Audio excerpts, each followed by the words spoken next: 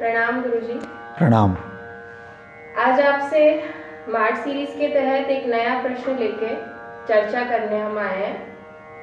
आपकी पुस्तक में चारण, भाट, मिरासी, ढोली, राणा, दमामी, मांगणियार व लंगा ये संगीत की पेशेवर जातियों के नाम उल्लेखित हैं और इनके मूल कार्य क्या क्या रहे हैं ये आप हमें बताइए।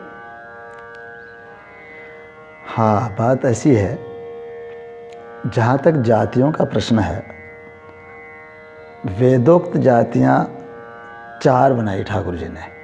एक ब्राह्मण, दूसरा क्षत्रिय, तीसरा वैश्य और चौथा शूद्र।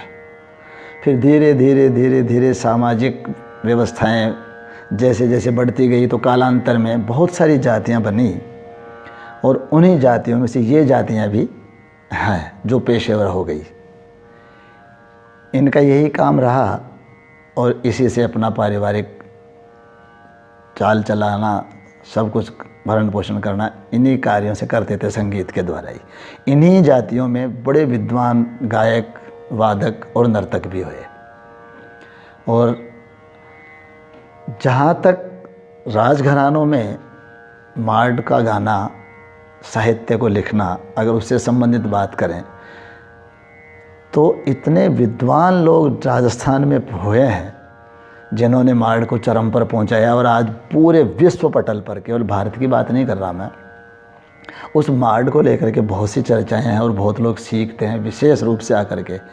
अब वो अलग बात है कि कुछ लोगों ने इसको और अधिक उदरपूर्ति के लिए और अपनी बात जमाने के लिए किसी भी तरह से मार्ड गाने लग गए। उन विद्वान लोगों से नहीं सीखा, अन्यथा राजस्थान में इतने विद्वान लोग हुए हैं जो मार्ड के स्वर्ण हस्ताक्षर हैं, जबकि वो शास्त्रज्ञ थे, शास्त्रीय गायक थे और राजघरानों के गुणीजन खाने में भी थे।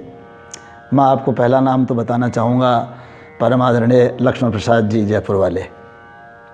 उन्हीं के सुपुत्र और सुयोग्य शिष्य पंडित गोविंद प्रसाद जी जयपुर वाले, जिनसे मैंने संगीत सीखा है, बहुत कुछ सीखा मैंने उनसे। फिर मेरा ये दुर्भाग्य रहा कि वो इस दुनिया से जल्दी ही चल बसे। फिर मैं जयपुर आ गया। उसी परंपरा में मोहनलाल जी गुरुजी के आदरणीय जो थे कथक, उन्हीं के शिष्य मेरे गुरुजी परम आदरणीय चिरंजीव लाल जी तंवर, उन्होंने गाया मार्ड। ऐसे ही परम आदरणीय अलाज लाई बाई, जिनका आज पूरे भारतवर्ष में नहीं पूरे विश्व पटल पे नाम है। तो ये लोग बड़े विद्वान हुए हैं मार्ड के। ये लोग हैं मार्ड के अच्छे गायक वादक। हमारे बाबा बिहारी कथक हुए हैं, इतना बढ़िया गाते थे। ये सब लोग राज दरबार के गायक थे। जब राज दरबार नहीं रहे तो ये लोग भी इधर उधर हो गए, पर ये गायक तो थे और मार्ड के स्वर्ण हस्ताक्षर थे। इन लोगों से हमने सुना, सीखा। तो मार्ड जो है, जब मैं 1175 का आपको उदाहरण देता हूँ, चालुक्य वंश के राजा थे, तो मार्ड, ये तो अभी के लोग तो चल तो जब से रहा है तो शास्त्रोक्त तो है ही ना। अगर ऐसा नहीं होता तो उदाहरण ही उसमें वो लिखते ही नहीं संगीत सुधाकर में। और किसी को भ्रम भी हो तो संगीत सुधाकर पढ़े, जब से है 1175 से।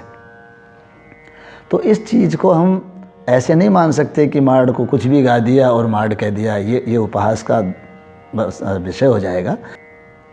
रही बात मार्ड को लेके, तो मैं ये भी कहना चाहूँगा, जयपुर जो है एक घराना रहा है। इस घराने में विद्वान लोग रहे हैं जो शास्त्रीय संगीत के उच्च कोटि के विद्वान रहे हैं, जिनका आज संपूर्ण भारत नहीं वरन विश्व लोहा मानता है। उन्हीं गायकों ने मार्ड भी गाया। अगर मार्ड नहीं गाया होता तो इतना प्रसारित नहीं होता। लेकिन ये हमारा दुर्भाग्य रहा है कि उन लोगों ने उस मार्ड पे जो काम किया होगा वो हमारे सामने नहीं आ पा रहा है या लुप्त प्राय हो गया। हम उसका शोध करें तो शायद मिल सकता है। लेकिन इन सभी शास्त्रज्ञों ने, संगीतज्ञों ने मार्ड को गाया और एक राग हमारे को बताया कि राग मार्ड है और इसका आरोह ये है। ये सब इन शास्त्रीय संगीतज्ञों की कृपा रही।